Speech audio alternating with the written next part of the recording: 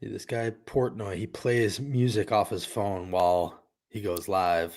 Oh, really? But Does I'm it so sound worried good? that they're gonna it doesn't sound that good, but it fills the space. Right. And I'm just worried that it'll end up getting us blocked from, I know.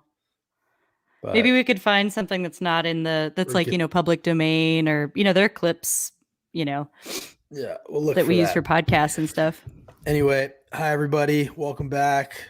Holler Hour, Tuesdays, Thursdays, 2 p.m. We're gonna do a little hollering of our own today. But before we do that, holler at us. tnholler.com is where you can subscribe and follow all the hollers throughout the state. Chip in $10 a month or more and you get one of these hats. You guys are who keep us going. And we wanted to talk a little bit today about an issue that we deal with when we try to do our jobs at the Capitol.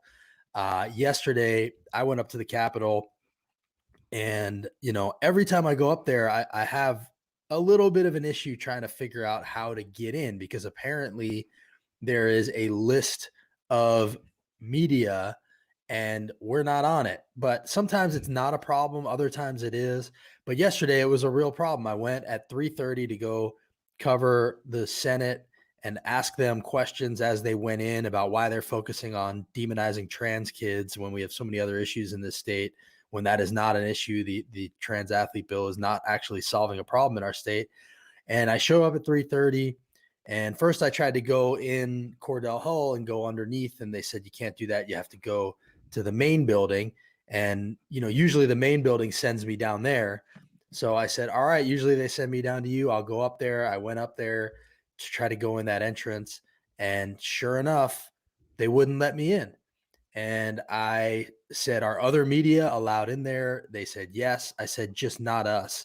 And basically they had decided through Sexton and McNally that yes, just we are not allowed in, and the rest of the media is. Here's our exchange at the Capitol, and it even has a cameo from McNally. That's just what I was told. You were told to not let me in specifically? You're not a legitimate media. Who, according to who? According to who? And then here comes McNally. Speed forward to him. Let's eat this. By who? Who were you advised not to let me in? Who advised you not to let me in? Sir, can you please explain to me who advised you not to let me in? And then this is the lieutenant governor. Why aren't they letting me in? Huh? Why aren't they letting me in? Who are you? I'm the Tennessee Holler. Oh, He knows who you are. Oh, well, I'm wearing a mask, so he can be, defended for not knowing it in that moment. When he goes, guess. Oh, and then I said, why aren't you letting me in? No. Don't you How run you this? do? Don't you run this Appreciate place? what you do. No, not me. Lieutenant Governor. No, not me. Well, he absolutely. You're gonna let them violate my Amendment rights like this? And then they closed the door, and he's the one who made this decision, and so I ended up getting in because I can go in with the regular people when the House lets you in, which was at 4:30. I had already missed all the senators going in, and I went and talked to Adam Kleinheider, who is he's McNally's, right-hand man. And they basically made the case that, we're not legitimate media because we have a bias and a slant. And this is something you and I talk about a lot. We are openly progressive, Right. we do advocate for issues, and so we wouldn't say we don't, but what we would say is everybody has an agenda, right? I mean, no matter whether or not they are open about it, they have an agenda. The Tennessean will put out opinion pieces. They even took money for a really Islamophobic ad that said Muslims are going to blow up Nashville or something. They put that on there. They had to apologize for it, but that's pretty ridiculous. A choice. It was a choice. Slanted. Fox News, obviously, if Fox News can be at the White House still under a Democratic president, how can they possibly make the case that we are not that, or we're more slanted than that? And Right. we've gone through this issue with the White House or not the White House, the Capitol Hill press corps here in Tennessee. It's a group of reporters, the ones you follow, voted to keep us out. The Capitol Hill press corps gets access to like the floor. They can walk on the floor with the reps and the senators. We're not asking for that. What we're asking for is to be able to ask some questions on their way in and out, not asking to like set up shop on the floor and bother them while they're doing their business. It seems like a pretty reasonable ask to just be treated like media when we've been around longer than some of the publications that get this access. We have a bigger following than some of the publications that get this access. The publications that do get this access, they come to us sometimes to put out their links, and we break stories too. So, at this point, it feels pretty wrong of them to keep us from being in the building. And, it feels like a violation of our rights. Yeah, it's completely absurd. And I just want to touch back on what you said about, if anybody wants to claim that because we have an open bias, that we have a bias that we can't be treated in the same way. Again, that's just extreme bullshit. I mean, of course you have, Fox, and other right-wing news media outlets that have an obvious bias, but even like outlets that are kind of more center, a little bit more, like Reuters, for example, like even outlets like that have a bias. Like even they are peddling, and I don't mean that in necessarily a bad way, but even outlets like that have an ideology by what they choose to put out, what they choose not to put out, what they choose to report on. And it's kind of just not as obvious with outlets like that, because it's the water we swim in. Like if they report on, it's kind of like, the water we swim in here in America is imperialist, it's capitalist, it's, these White. things that are just kind of like that are in the national story that we tell ourselves. So it's like we don't even recognize that there are ideologies behind these things. Exactly. And just because we have one that's more obvious doesn't mean that every other news publication, whether they even realize it or not, right. It's like a let's subconscious talk about what our sometimes. bias is too. Like our bias is to the truth. Our bias is to, people having more money in their pockets, healthcare, equality, democracy, equity. Like those are our biases. It just so happens that more often than not, it seems to be Democrats fighting for those things, but we will criticize Democrats. We are not an arm of the party. And that is what I told. This is Adam Kleinheider. I want people to know what he looks like. That's McNally on the left, Kleinheider on the right. And then at the speaker's office, this is Doug Kuffner, who is the other guy that made this decision apparently. And so it's important to like put a face to the names, and so you guys know who they are. And we've seen a lot of your emails coming in to them today because we put it in our email blast, and we really do appreciate your emails, and we're seeing them, and you guys are CCing us on that. And if anybody wants the emails for them to send these emails, just feel free to ask us. We're happy to give them to you. And Lisa Crowder says, would they deny the New York Times? Exactly.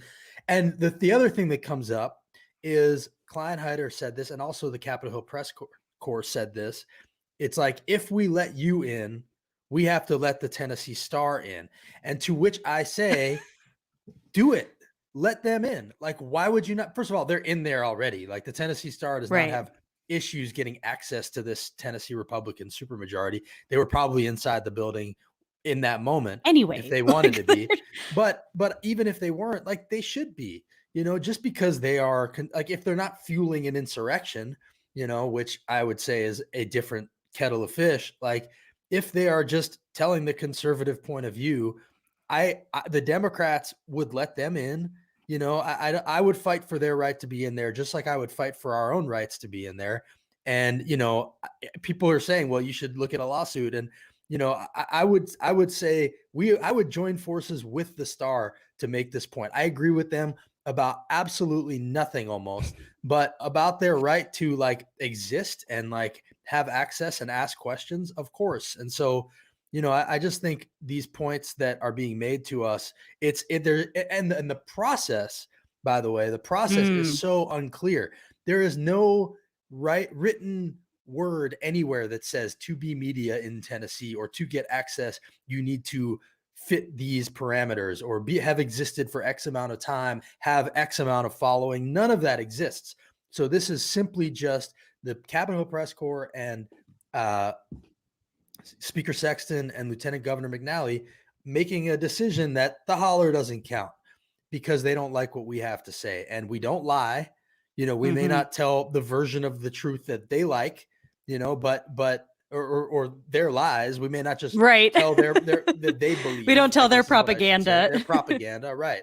We are not just going to we wouldn't do an interview with them, write down what they say and put that out the way that, they would like us to. And I'm not saying all media does that here. It's not, there are good reporters here who I very much respect.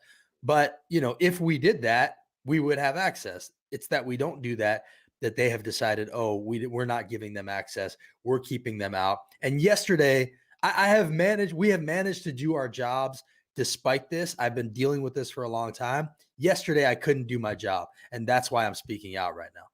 Yeah, the whole process is so, the lack of transparency is unacceptable. Like both from the state, from McNally and from Sexton and from the Capitol Press Corps, and the system is undemocratic. I mean, if an organization or an unelected group of people gets to unilaterally decide who is and who isn't media, right. That's absurd. And without giving certain metrics, as you said, if you haven't existed for this long, or if you don't meet these qualifications, right. if you just get to decide in an, it's completely ridiculous. And it goes against the whole idea and the whole principle of freedom of the press. Think about, and meanwhile, they're screaming about cancel culture, censorship. Right. They are the ones screaming about that stuff. Imagine if it was Democrats in charge and they were keeping they were keeping somebody they disagreed with out of the building. They would be screaming bloody murder. So the hypocrisy is really blatant. And, it's time for us to speak out about it. Again, that's Doug Kuffner. This is Adam Kleinheider and McNally. And these are the people who we need to be hollering at about this stuff. And, he was sort of dismissive about it, saying it's good for you. You get to holler about it. And it preserves your renegade bullshit status. No, that's not what we're here for. We're not here just to create this aura of that we're the renegades. We're here to actually do a job. And that is to ask the tough questions, to be in their faces, to make them uncomfortable, and not just let them do this stuff, without any sort of pushback when they're in the wrong. And especially during this particular session where it has gotten so incredibly ugly. The anti-trans athlete bill is so bad faith. That is not an issue that exists here. Today, Democrats had a press conference about another bill where Tim Rudd has a bill to remove a Nashville judge who has ruled a way they don't like. This is Chancellor Lyle, who ruled basically that we all get to vote safely in a pandemic. They don't like that she ruled that way. So Tim Rudd filed a resolution to remove her. And it has already had an impact because she has now recused herself from the vouchers legislation where Nashville is suing the state over Governor Lee's unconstitutional vouchers. She was the judge. That might have been why they did this to begin with. So, being in there to ask these tough questions, it's government overreach, and the government overreach has now reached out and touched us. And that's why, we're talking about it. We're speaking up about it. We're not trying to make this about us. We don't want this to be about us, but they are making it about us by keeping us out. And it's just us that was kept out. Now, the Capitol Hill Press Corps is not everybody who reports on the Capitol is in the Capitol Hill Press Corps. The Capitol Hill Press Corps is I don't know, 12, 15 people, mostly, print journalists, but there are other media that cover the Capitol, like News Channel 5, News Channel 4, right. Channel 4, WSMV, other TV news reporters who go in there with their cameras set up in the lobby, and they are not in the Capitol Hill Press Corps, but they are allowed in. We are the only ones who cover the Capitol who A, are not allowed in the Capitol Hill Press Corps, and B, are not allowed in to be treated as media. I have not heard of anybody else being treated this way. And, it's hard not to believe that that's just because of that we disagree with them so much. It's literally like it's so insane because they always rail against 1984, which again is just bullshit on its face, or Right. not against, but they claim Orwellian government overreach. This is literally the state, telling like going after freedom of the press. That's literally what this is. It's going after a media organization because they don't like what we say. It Right. it just doesn't get any clearer than that in the hypocrisy of their behavior. Absolutely. So again, if you guys want to reach out on our behalf, let us know. We'll give you the email. The email was in our email blast that we put out today, that we put out twice a week. If you're not subscribed, go to tnholler.com and subscribe. We do it twice a week. It's just a rundown of all the links and stuff. And, you can keep up to speed with what's going on. One of the things that was in there was this graphic. Cassie made some great graphics about how all 7 Tennessee Republicans voted against the COVID relief bill supported by 80% of America. They voted against direct stimulus checks, extra unemployment, small business relief, all 7 of them. No Republicans voted for it. Republicans are putting politics over people at every turn, and it's really gross to see it. And these are, this is money it's going to pass. It's going to get to people, and they will always have been on the record saying that they were against it. Yeah, it's a. I don't know. I mean, I think that your phrase, politics over people it's appropriate a lot, but it's really appropriate now. I mean, it goes back. It's the same ideology that they're putting forward at the Tennessee state legislature, where they're just not get they're not doing anything to help people through this pandemic. They're sitting on the federal government along with the state government is sitting on money that could be used to help people through this time, and they're unwilling to spend it on people. Right. It's just tax breaks for the wealthy and cultural wars and projects that that they're going after instead of actually helping people get through the end of this pandemic with with dignity. I mean, honestly, millions of people in this country need back pay back to last March, a year ago. Hurting in a real way, and that bill is necessary. And we didn't see the people that are now speaking out about the debt and the deficit speak out about it when the tax breaks for the wealthy happened and exploded the deficit into their pockets. And now Phil Bredesen, ex-governor Phil Bredesen, who was our Senate candidate, who has GOP member, not heard from at all since, wasn't heard from during the pandemic, wasn't heard, didn't say a word about much of anything. Now he is coming out of the woodwork to go and do an appearance at the Beacon Center with former Governor Haslam and current Governor Lee. And they're going to talk about how the debt is out of control and we don't need to spend all this money right when we're passing some much needed COVID relief. It's extremely disappointing to see that this, of all the issues, is what he has decided to come out about and take a stand about. And, it's sort of confirmation of a lot of the things that were said, I think, but it's really disappointing that this is what he's speaking out about. Did I lose you? Okay. I might have lost Cassie, unless she's deeply thinking about this issue. She looks very concerned about. Hello. Sorry, everybody. Can you see me now? Frozen like this, and it looked like you just were really thinking hard. Thinking hard about. I figured you would want to say something about Bredesen since I was giving. Yeah, I definitely want to say something. Sorry about that, everybody. Yeah. Connection seems to be a little rocky today. Yeah, I mean, it's. He stands for nothing. I mean, I think that was relatively clear, unfortunately, and in my opinion, when he was running, he pivoted so hard to the center. I mean, he supported Kavanaugh in the Supreme Court nomination process. Yeah. It's not only is it ideologically and morally indefensible, but it is a losing strategy to stand for nothing, as any no matter what stripes.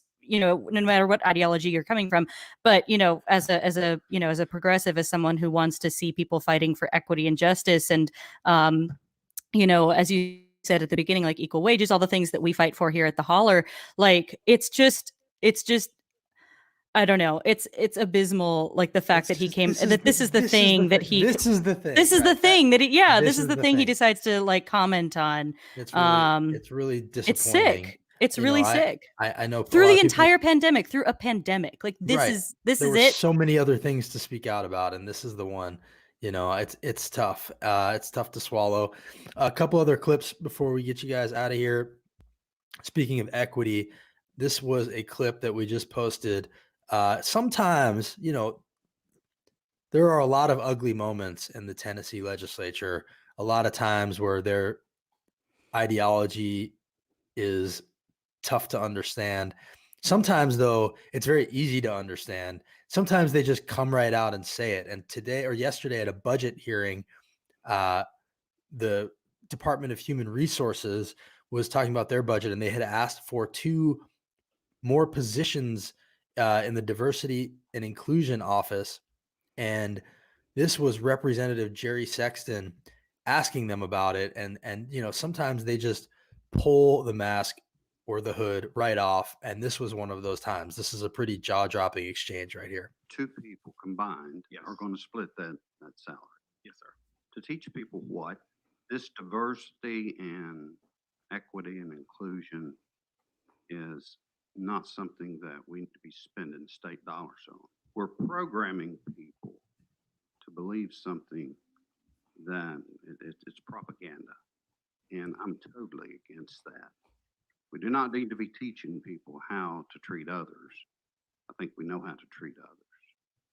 So we're creating a class of people that are protected. It goes against Here it comes. so many of our people and our culture. So I just want you to know I'm totally against this. And I think this is running amok in our country. Our people and our culture. Cassie, what do you think he meant by that? I don't think Isn't you can that- get isn't that much tough? clearer in your racism. I without saying it, you know, without actually saying it. I mean, our people and our culture. You're just He talking about white comes people, Jerry. Right, it just say he's that. I mean, he said white people. He might have well have said white He people. might as well. Like, He might as well have said white people. It was. I mean, and this guy, like, it's not surprising that it's Jerry Sexton that says this, yeah. but like, you can just feel that he is close to not caring what he says here. And you know, this is again the Republican Party in Tennessee is who is keeping that KKK Grand Wizard bust in our capital.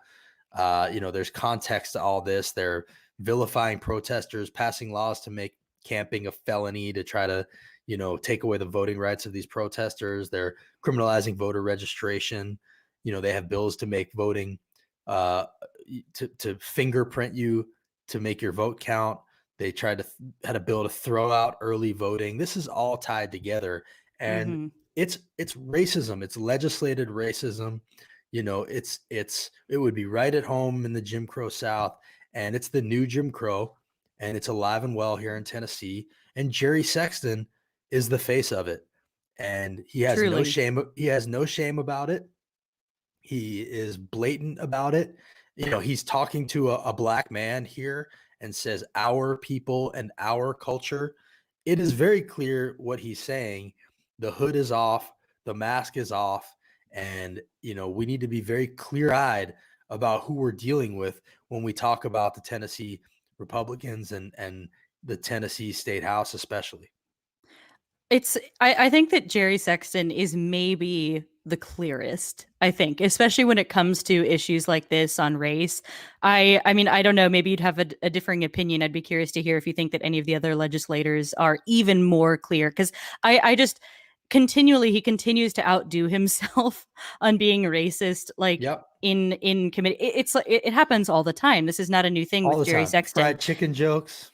Yeah. I mean, yeah, he's one of those that has made a fried chicken joke. No, he It's- hasn't made a fried chicken joke, but Oh. it happens. Oh, it happens. I guess it was Yeah. Mike, maybe someone else. Anyway, Mike Carter.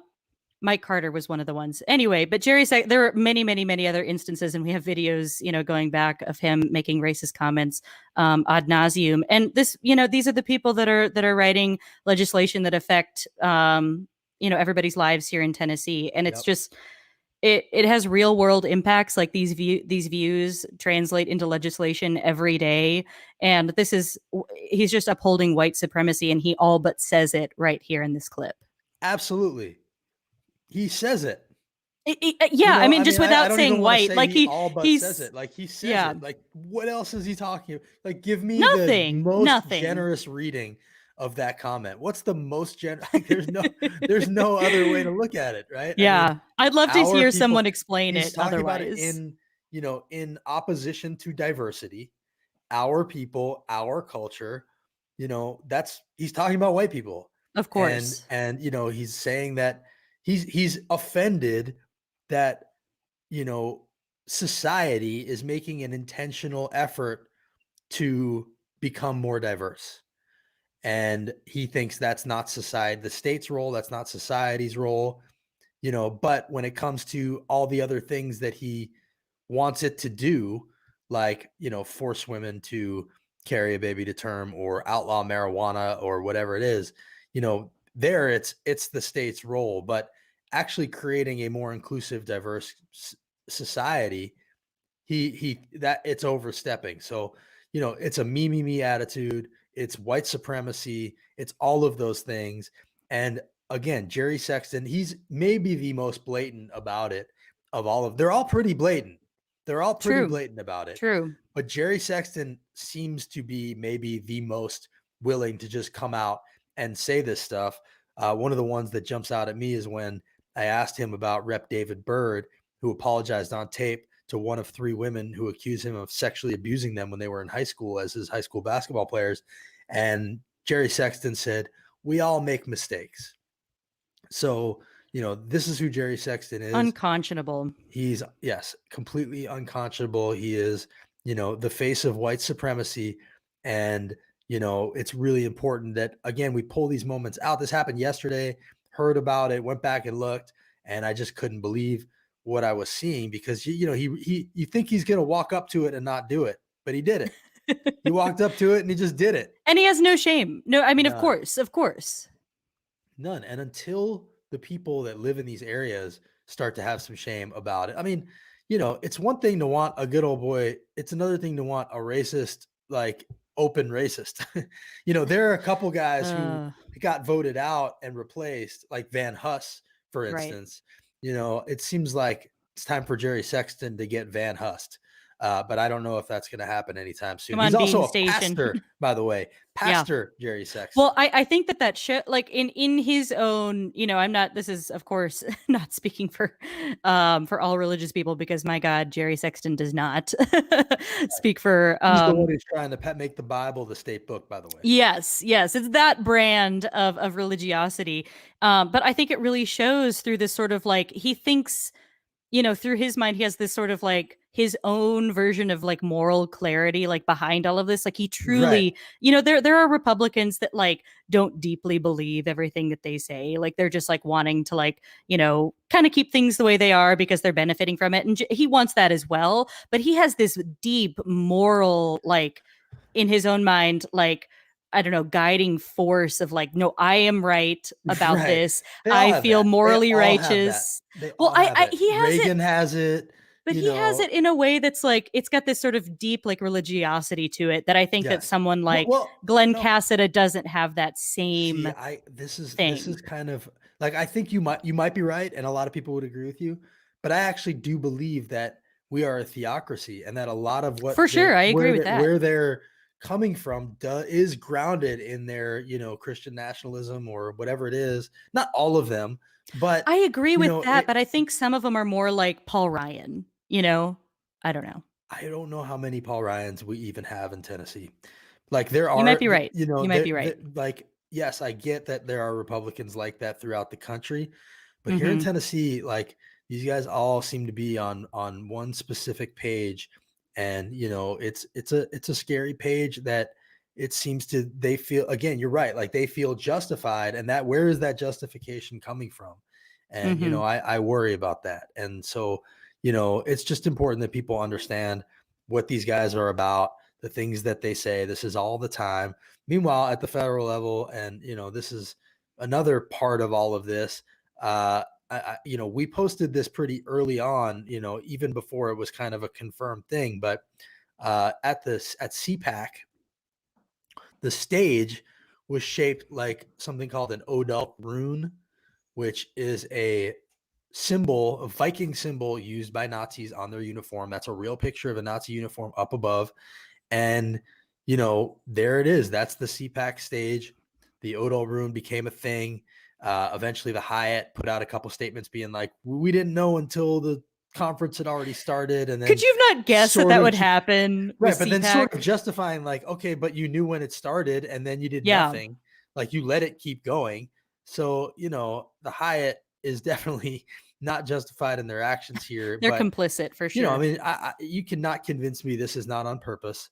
The Odo rune apparently in Germany is like the symbol that Nazis use now because the swastika is banned. So like this is their low key swastika because it was on a lot of the higher up Nazi uniforms. And Trump spoke at it. Marsha Blackburn gave a speech from that stage. Mark Green did a little whatever the hell he does on that stage. They all spoke from that stage on top of a Nazi symbol unapologetically.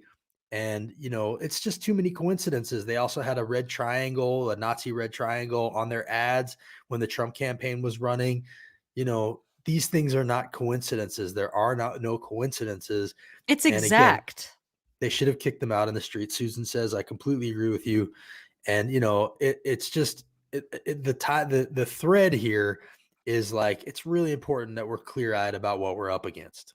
Yeah. I mean, it's exactly the same. Like there's no discrepancy. There's no like differing. The shape is exactly the same. It's an odd shape. I think that yeah, exactly. I mean, look at that. I don't think you can get much clearer than that Nope. in the design. Nope. And obviously Hyatt is complicit. I also would love to hear an explanation from them as to like, well, what did you think would happen? Of Right. course, they knew like once the stage was set up, they should have known. But even just, it's just amazing to me that CPAC continues to be allowed literally anywhere. But again, it's a decent portion of the country that follows this stuff, but it's still shocking.